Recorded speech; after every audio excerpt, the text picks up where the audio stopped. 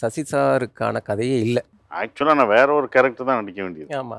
4 நாள் டேட் குடுத்தாங்க.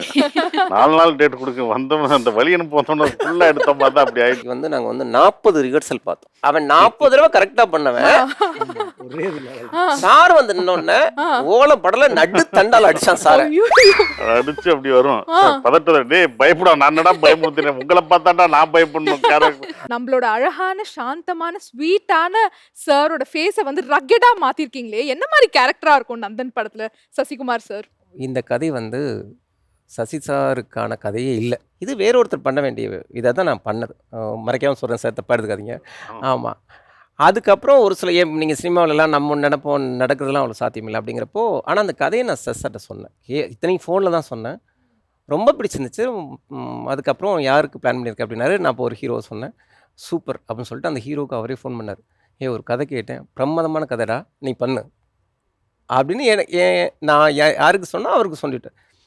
இந்த மாதிரி அடுத்தடுத்த ஆட்களை அணுகுறோம். அது எனக்கு சாத்தியமாகவே இல்ல. ஒரு கட்டத்துல என்ன சொன்னாருன்னா, "என்னாச்சு?" அப்படின்னாரு. "சார் இது மாதிரி ஒரு சில நெருக்கடிகள்." "சரி நான் பண்றேன்." ஆக்சுவலா நான் வேற ஒரு கேரக்டர் தான் நடிக்க வேண்டியது. ஆமா. 4 நாள் டேட் குடுத்தாங்க. 4 நாள் டேட் குடுக்க வந்தவன் அந்த வழி அனுப்ப வந்தோனே ஃபுல்லா எடுத்த மாரி தான் அப்படி ஆயிடுச்சு. மொத்தமா உட்கார வச்சாங்க. ஆனா நம்ம சசி சார இப்படி மாத்துனது சில பேருக்கு பிடிக்குமோ, பிடிக்காதோ, எவ்வளோ ஸ்மார்ட்டான ஆளை கொண்டாந்து இப்படி பண்ணிட்டானேன்னு சொல்லிருவாங்களோங்கிற பயம் இருந்துட்டே இருந்துச்சு. அதனால என் உயிர் நண்பன் ஹெச் வினோத், அவருக்கு தான் முதல் தடவை இந்த படம் போட்டு காமிச்சேன். எதுவாக இருந்தாலும் மனசில் பட்டதை சொல்லிடுவாப்புல அப்படின்னு சொல்லிட்டு இது பண்ணால், அவர் வந்து இதில் எனக்கு ரொம்ப பிடிச்ச விஷயம் சசி சார் மாறி நிற்கிற விதம் தான். அதுதான் எனக்கு ரொம்ப சொன்னதுக்கு அப்புறம் தான் அந்த உயிர் வந்துச்சு. இது நம்ம முடிவு பண்றதே இல்ல. ஒரு படம் அதற்கான ஆர்டிஸ்ட்டை அதுவே எடுத்துக்கிறோம். பாலுமகேந்திரா சார் சொல்லுவார், ஒரு நல்ல கதை அது வந்து அதுக்கான ஆர்டிஸ்ட் நம்ம பிளான் பண்ணுறது வேற ஒன்று இருக்கும். அதுக்கான கதாபாத்திரங்களையும் அதற்கான விஷயங்களை அதுவே எடுத்துட்டு மித்ததெல்லாம் ஒதுக்கணும் அப்படின்னு சொல்லுவாங்க. ஏன்னா கரெக்டான அளவாக தைச்ச சட்டையை மட்டும் போட்டுக்கிட்டு நம்ம இருப்போம். இப்போ வேற ஒரு அவர் ஒரு இது வச்சிருக்கு, அவர் பெர்ஸ்பெக்டிவ்ல இப்படி இருப்பாங்க அப்படின்னும்போது அதுக்குள்ளே நம்ம போய் பண்ணோம். நமக்கு எழுதுறது வேற. நம்ம இப்படி தான் இருப்போம்னு அவங்களுக்கு தெரியும். இப்படி தான் பார்ப்பாரு, இப்படிதான்ற அந்த மாதிரி ஒரு இதுக்கு தான் எழுதி வைப்பாங்க. அவங்க ஒரு கேரக்டர் இப்படி தான் இருக்குன்னு ஒன்று வைக்கும்போது அதுக்குள்ளே போகும்போது கொஞ்சம் அடாப்ட் பண்ணும்போது கொஞ்சம் இது இருந்தது. அப்புறம் செட் ஆயிடுச்சு. Super sir. அதே மாதிரி நீங்க சொன்னீங்க 4 நாளுக்கான கேரக்டர் தான் ஃபர்ஸ்ட் வந்து என்கிட்ட சொன்னாரு.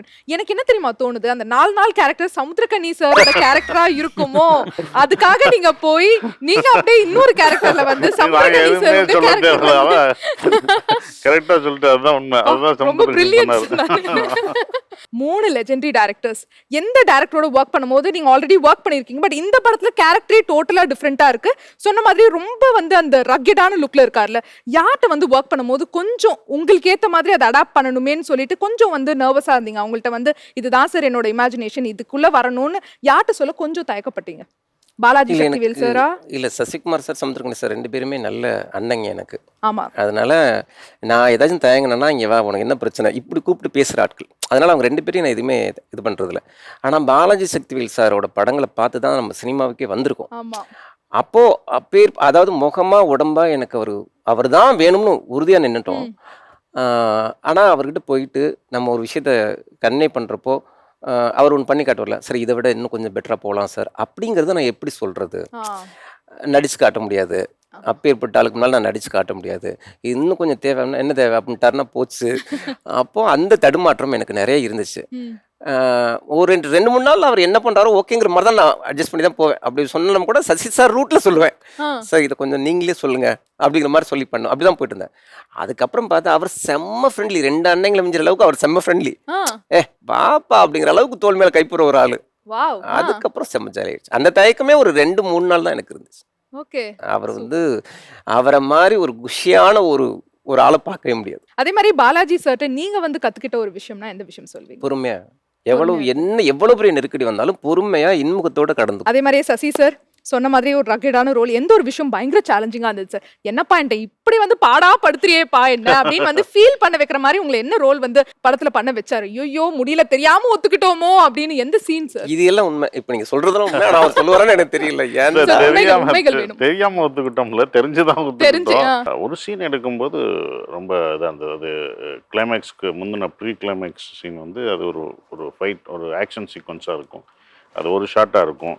ஸோ அதில் வந்து அடிக்கிறது அந்த இதெல்லாம் இருக்கும். எல்லாமே அந்த ஊர் மக்கள் தான் அதுக்குள்ளே இதாக இருப்பாங்க. ஸோ அது எடுக்கும்போது தான் கொஞ்சம் கஷ்டமாக இருந்தது. அது இந்த வெயில் ஒருத்தர் தப்பு பண்ணால் மறுபடியும் ரீடேக் பண்ணணும். அப்போ எல்லாருமே யாரும் இது கிடையாது, எல்லாமே அந்த ஊர்க்காரங்க தான். இவங்க கரெக்டாக சொல்லி எல்லாமே இப்படி அடிக்கணும் அப்படிலாம் சொல்லி தான் அடிச்சிருப்பாங்க. இப்படி தான் வைக்கணும், அப்படி வைக்கணும் எல்லாமே சொல்லியிருப்பாங்க. ஆனால் நிஜமாவே அடி விழுகும். இல்லை, நான் இயல்பாகவே சொன்னேன், இந்த கேரக்டருக்கு சார் ஒத்துக்கிட்டதே பெரிய விஷயம். அதனால அதாவது அந்த ஃபைட் அப்படின்னா இப்போ நம்ம சினிமாவில் காட்டுற ஃபைட் மாதிரி காட்ட முடியாது. அப்போ இது லைவாக இருக்கணும் அப்படிங்கிறப்ப நியாயமாக பார்த்தா அன்றைக்கி வந்து நாங்கள் வந்து 40 ரிஹர்சல் பார்த்தோம். ஒரு சிங்கிள் டேக் அப்படிங்கிறதுனால 40 ரிஹர்சல். அந்த இப்போ என்ன ஒரு கட்டையில் அடிக்கிறதுனா டம்மி கட்டை ஒன்று பண்ணிடலாம். ஆனால் ஒரு தென்னை மட்டையில் அடிக்கணும்னா தென்னை மட்டை தான் வேணும்.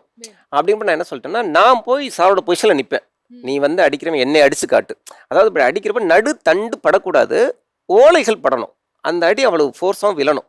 அப்படிங்கிறப்ப 40 டேக்கும் நான் போய் அடி வாங்குறேன்னா அந்த ஓலையால் தான் அடிக்கிறாங்க. எனக்கு அடிக்கிறது தெரியும், ஆனால் தண்டு படாது.